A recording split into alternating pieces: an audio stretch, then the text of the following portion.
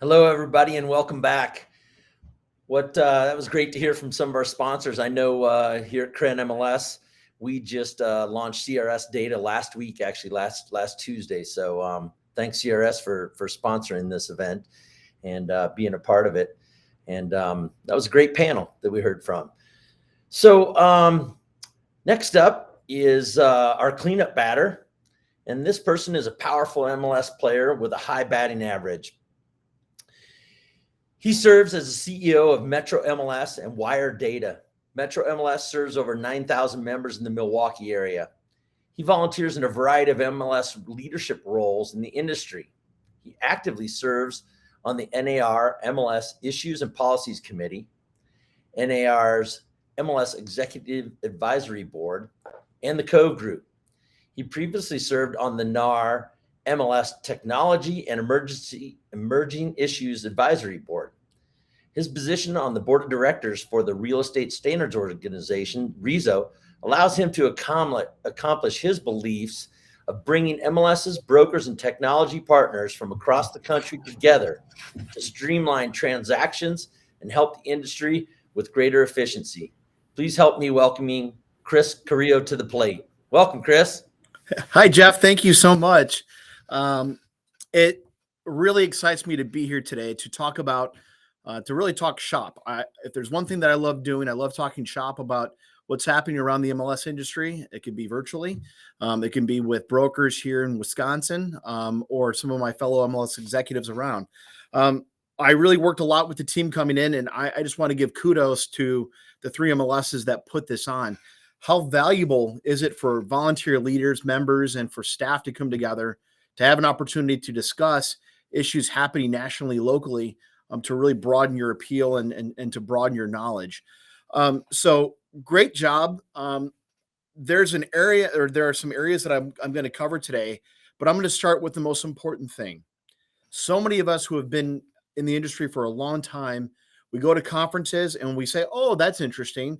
You may jot something down or say, oh, I'm going to follow up on this.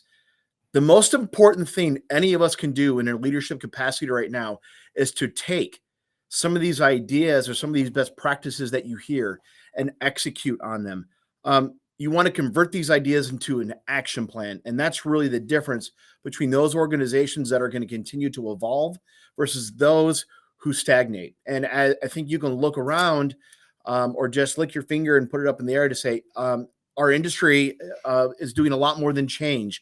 The last panel discussed change, and I'm really going to talk about evolution. Change is my doctor telling me I should go from coffee to tea.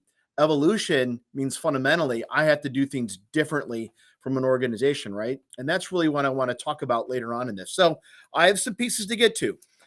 They asked me, in 2022, Chris, who's the end user for an MLS? They also want me to discuss trends in the MLS industry, and then finally considerations to think of. So I think ending with me and John Coyle is going to, I think we'll speak a lot to some of these. I love partnering up with John, even though he's coming after me. So this idea of an end user, let's talk about this. There are really different buckets that I'm going to discuss from an end user standpoint. And I will only tell you the perspective from Metro MLS in Wisconsin. We serve a wide geography around the state. It's not just Milwaukee, although my offices are in Milwaukee. We touched on Lake Geneva, crossing over in Illinois. We go all the way up past Door County into Michigan. We even get over into Minnesota. So we cover a big geography. And so big geography means a lot of different inputs and variables as far as opinions, right? But this term of end user is very much a digital term, right? So many of us go into different banking sites or anything else, and what do you click? You click on end user agreements. MLS doesn't really look at users as end users in the same way, right? The buckets that we have are really built around how NAR has defined policy. And I can tell you from an MLS organization, it's important that you identify who the member is. Once you identify who the member is, your decision-making process through your governing model makes it that much simpler. If you're ever at a crossroads for whether you're going to do X or Y, you put it through the prism, or you put it through the lens of, does this serve our member? So who is the member? Well, at Metro MLS, we would say that the principal is the is the member. The broker, or as NAR would define it, the MLS participant. Obviously, they put that around the idea that liability flows through the MLS participant. In many states, that broker is licensed as a designated broker through your Department of Real Estate. The next one, the end user, as I would define them, is really that agent, or what we would say subscriber. Very important to the transaction, of course. But also keep in mind that through the construct of a multiple listing service, agents cannot join an MLS without first belonging to an MLS participant. The offer of cooperation and compensation is between who? A subscriber? No. That offer of compensation and cooperation is handled from broker to broker. And that does make an important distinction. And I know that MLSs, some MLSs can say, well, the end subscriber is my member. Other MLSs will say the broker or the participant is our member. But it's important to make those distinctions. The next member, which can fall, frankly, into either, but I'm going to say is the long forgotten and overlooked class of membership, is the appraiser. Appraisal plays an important, pivotal role in the transaction. Once that offer and acceptance happens, how many times have buyer's agents said, oh my goodness, I hope that the appraisal comes back, right? Because if not, then there are other areas that you have to deal with. The appraiser is that long forgotten member, because why? They don't contribute to the database, right? They're not the ones inputting properties for comps. They're not challenging a lot of the search functionality necessarily. They're not part of the drip campaigns or client portals, but what they do is very important. And I think if there's one thing as an MLS industry we probably could do a better job of, that is appraisal, serving the needs of the appraisers.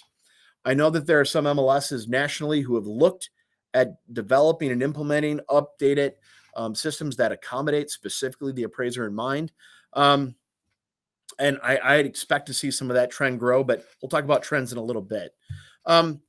So if you look at buckets now, it's important to understand this.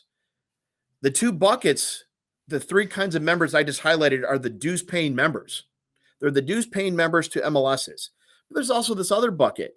And I would call them the stakeholder bucket. These are folks who rely on the content or the data that flows out of the MLS. They consume data.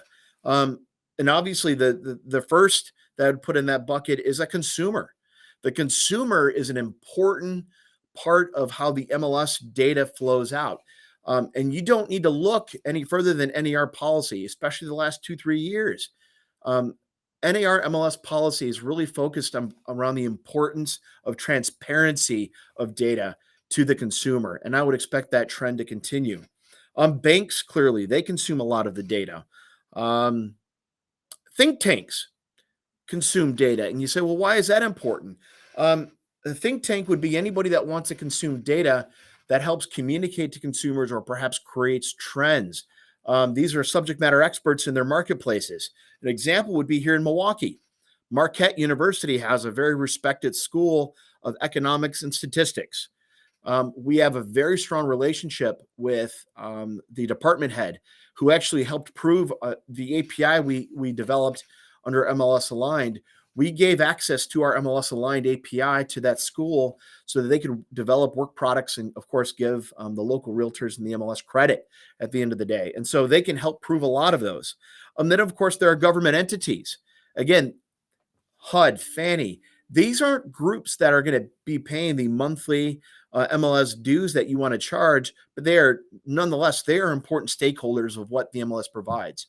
And so when you step back, this question of who's the end user becomes a little bit more complicated when you put it into buckets of those groups that consume services and data versus those that consume data and yet create part of this bigger picture of organized real estate. Okay, fine.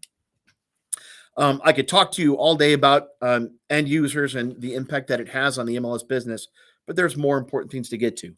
Let's have some fun now with talking about trends and considerations to think of. And I'm going to take my Metro CEO hat off and just say, these are my opinions and observations from around the industry. That and $5 maybe will buy you a cup of coffee, maybe. And so I hope to at least strike a thought, a conversation in your marketplace so that you can absolutely disagree with me, or you can agree with me, or you can say maybe, kind of, sort of, Chris. Okay, let's point out some of the obvious areas of trends. There's no shortage of press releases right now of MLSs extending the hand to work with other MLSs. This is happening in a variety of ways. I'm included in some of those, and I am not here to sell you on anything. If you're interested in learning about anything that we're doing, fantastic. Be happy to talk to you about it today. But let's talk about what the industry is doing from the MLS perspective as a whole. Very interesting that the fellow following me, John, was part of his organization, Bright MLS, was part of a recent announcement where Bright MLS and the California Regional MLS said that they want to create efficiencies with their organizations to work on technology so they're not reinventing the wheel. A lot of us are very interested to see what that means. And again, John can tell you about that. So there are organizations who focused on working together to create technology. There are other examples of that. We've heard quite a bit about Remine recently in those MLSs that decided to purchase Remine. And I think the play there is a certain amount of anxiety and stress where many technology providers and vendors are being purchased by other vendors. And in some circumstances, these traditional providers to MLSs are being purchased by brokers. Showing Time being purchased by Zillow threw a lot of people a curveball. I can only speak from my own experience that we have historically provided Showing Time as a valuable tool in our market. Showing Time has some of the smartest people in the industry, have a fantastic mature tool, and have some of the brightest executives in the industry, period. But in Wisconsin, we have this operating principle that says that we will not sell or provide services to participants that is provided by participants, because it creates a conflict of interest. And even if your agreements are ironclad, if the perception exists in your marketplace that data that you're inputting into a platform about private matters such as financial disclosures or even information about your sellers to a competitor's platform, there's going to be some heartburn for that. So I can tell you that in our example, working with our partners in MLS Aligned, we went out last year and purchased a showing product in the marketplace, and we'll be rolling it out to our market this year, as well as the other markets under the umbrella of Aligned Showings. Again, not a commercial plug. It is an example where we are cognizant of how technology and services are going to be consumed going forward, the heartburn that can create to other participants, and an opportunity for collaboration going forward. There are many other examples of just Remine that we talked about. Again, another example. Again, going back to this common thread of a certain amount of stress.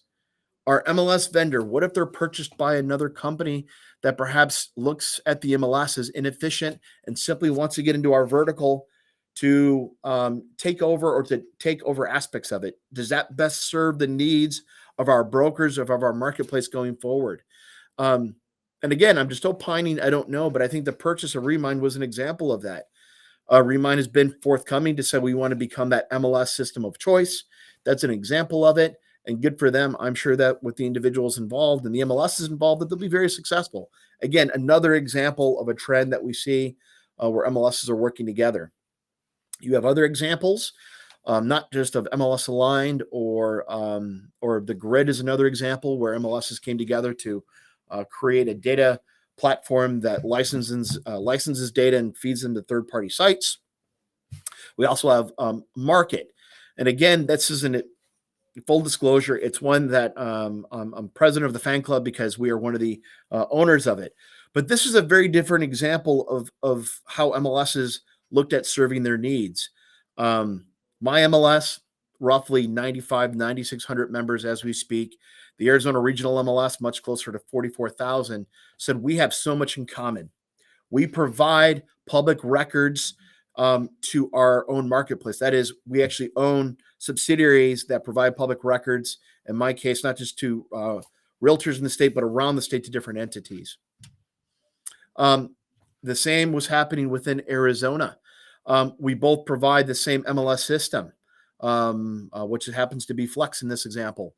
And so many things that we do, we said, let's stop doing the same things and collaborate. And if you were to take a look at our org chart, the majority of my staff in the building here in Wisconsin is under now this combined organization called Market.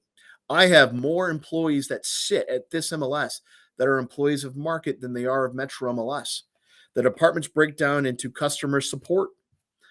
We have customer support reps here and in Arizona. And the advantage there is without increasing fees, we have this expanded time zone where if a realtor wants to call here and our offices close at 5 o'clock and it's 7 o'clock, they're still open in Arizona. Creates a window of opportunity and increased services back to our members. So customer support, we combined our public records company. Again, bringing in combined subject matter experts who really know this stuff. Brand and marketing, we combined our brand and marketing companies so that when we create press releases, we're doing it for each market, but we're doing it one time, right? So we have those combined efficiencies. So many of these other things started to take root that last year that Real MLS in Jacksonville, Florida said, that's a really good idea, Chris and Matt, let's pursue that. So their membership now joined Market, and we put customer support reps now on the East Coast. And think about what that does as a local MLS. Maybe you're an MLS that has your own support reps. You have them in your office and you're in one time zone. We now have support reps that serve realtors from 3 different markets across the country in 3 different time zones. So it's all about the power of collaboration. I'll say this. No matter what kind of collaboration you go into, if that's a decision you make as an MLS, go into it with an open heart and an open mind and don't care who gets credit. Ego is the killer of all of these initiatives, right? Take your name off and put what the purpose is ahead of you. If you do the right thing, good things will happen. And I'm a firm believer in that. And so I will always give credit to Market. I will always give credit to somebody else, but I will never take credit for it myself. And at the end of the day, I still work for and with the board of directors. They gave me the ability to work within this construct to make these things happen. And again, very different, right? It had never been done before. But again, you see examples of this everywhere. And, for years and years, realtor associations were told to collaborate, to work together in areas of code of ethics enforcement, and different areas of legislation, and many other areas. I think the time has come for MLSs to work together as well. And we're not just talking about things that perhaps happened 10 years ago. 10 years ago, this idea of data shares really took off. We have one here in the state of Wisconsin called Wyrix. There are other data shares across the country. It's meaningful because it has an extension of cooperation and compensation as an example as part of it. This is the next evolution, if you will, of collaboration. And so I expect more of this to come. Collaboration is very important. Having partners that you can be and stand with shoulder to shoulder are going to be very relevant and important going forward. And I'm going to tell you why after I take this drink. We have disruption. We have change, forced change on our doorstep. And none of our crystal balls are clear as to where it will lead us.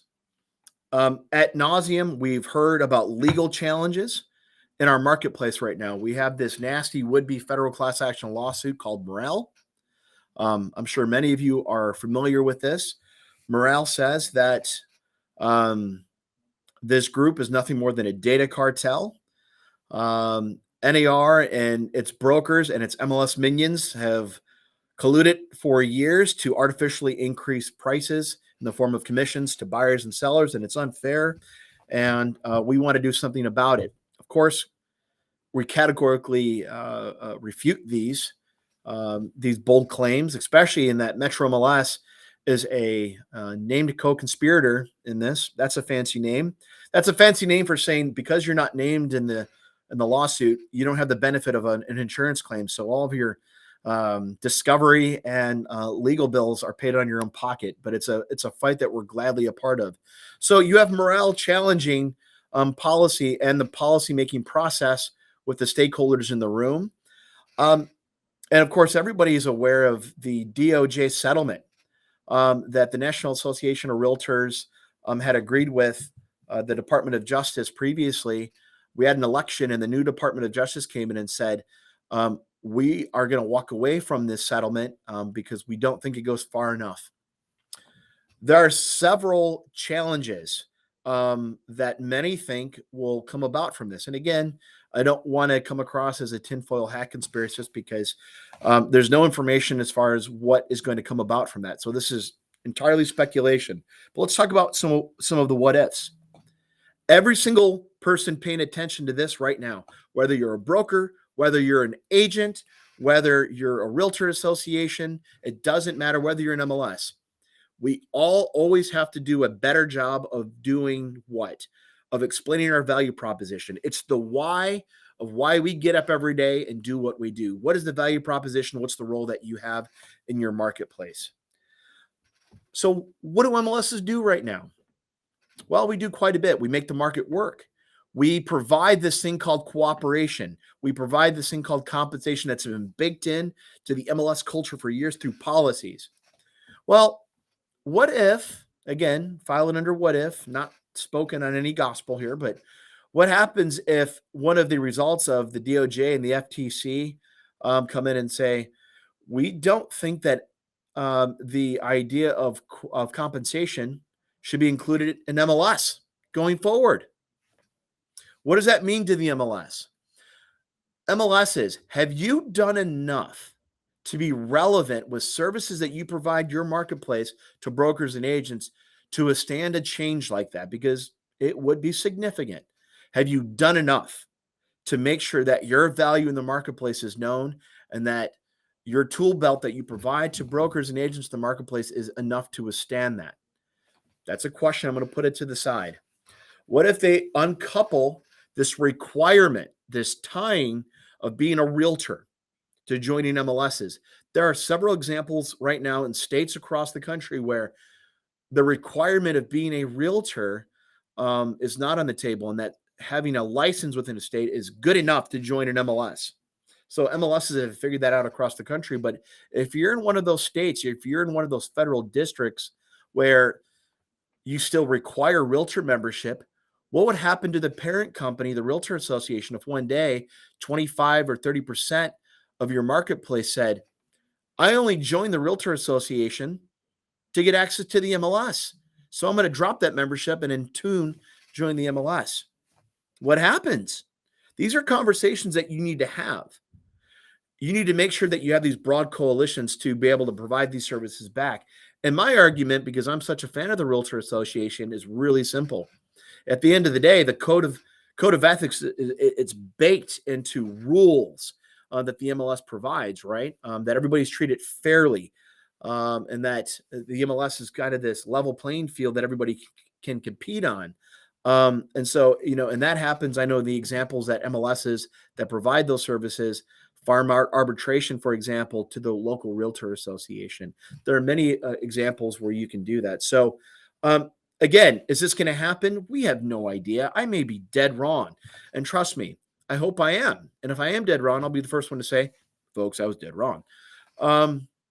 What happens if they end dual agency? Does that mean anything? These are all things that you have to be prepared for. And again, if you have a broad coalition defined within your business model as an MLS where it's not just you, but it's a network of MLSs working together to deliver common products and services, you're going to have a far brighter future than if you're simply acting alone in a foxhole, right? Okay, let's talk about something a little bit more abstract. That sounds a little scary. I don't intend to be doom and gloom, but the point is that there is a role for the multiple listing service now and in the future, and it doesn't matter what happens with some of these other items. I firmly believe that there's nobody else that can provide the content to a marketplace like the MLS. We do things that no other organization does. We provide data integrity. We provide proven data quality, a timely deliverable product to marketplaces, and that's highly valuable. We provide training for the products and services in our marketplace, and we do so under the direction of local representation through governance, through our board of directors. That's highly valuable going forward. But there is this idea of commoditization in the marketplace. You can look no further than different broker business models to say business models are evolving.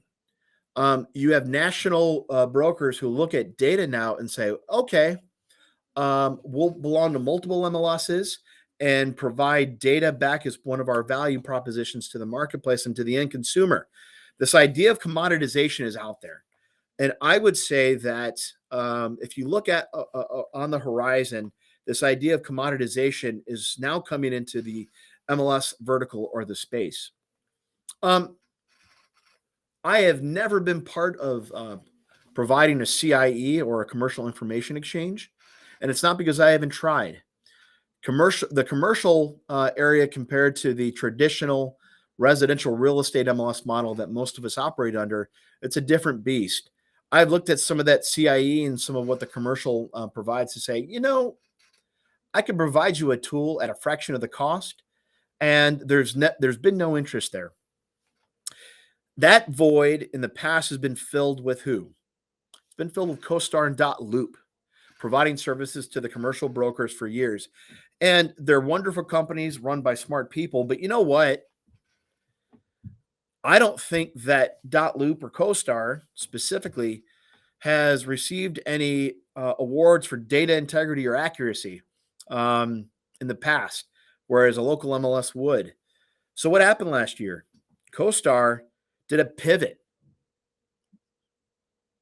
They'll still operate CoStar and the different commercial services, but they went out and made two significant purchases that made some of us say, what does this mean? They went out and purchased a residential real estate portal, homes.com. So what does that mean? They then, in the same breath, went out and purchased HomeSnap.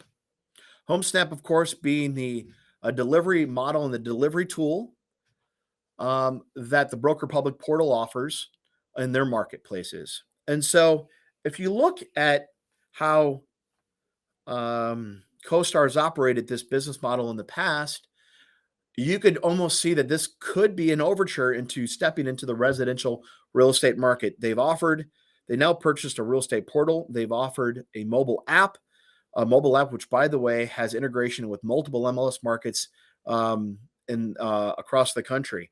And so this pivot to becoming perhaps a national MLS would be fairly simple. And if they operate it the same way, I've heard 2 points of view.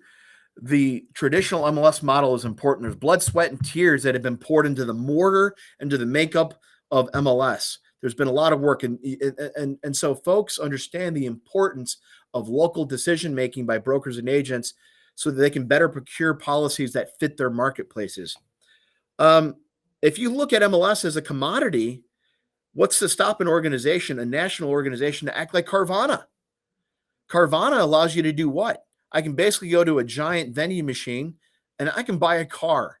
And I can do that in Phoenix, and I can do that in New York City. I can do it in Chicago. That's pretty neat. It's a different way of buying a car. Could the MLS service be so different? Do you really think that this new generation of realtor coming in who really lacks the institutional knowledge of how the MLS was formed, do you think they care about local governance? They maybe do, and maybe they don't. But doesn't it seem attractive if you had a national MLS provider come in and say, hey, I'm going to give you an MLS platform and I'm going to give it to you for free. And in return, you give me rights to your data. I can monetize it. I can create derivative products from it. Oh, you want training? Sure, we have some training videos. Data integrity, we don't think is really important. Timeliness, whatever. But we'll give you this tool for free. Do you think that would be successful? Maybe. But this is why it's so important for an MLS right now to pivot and to really reach out and create these lasting collaborations with other MLSs.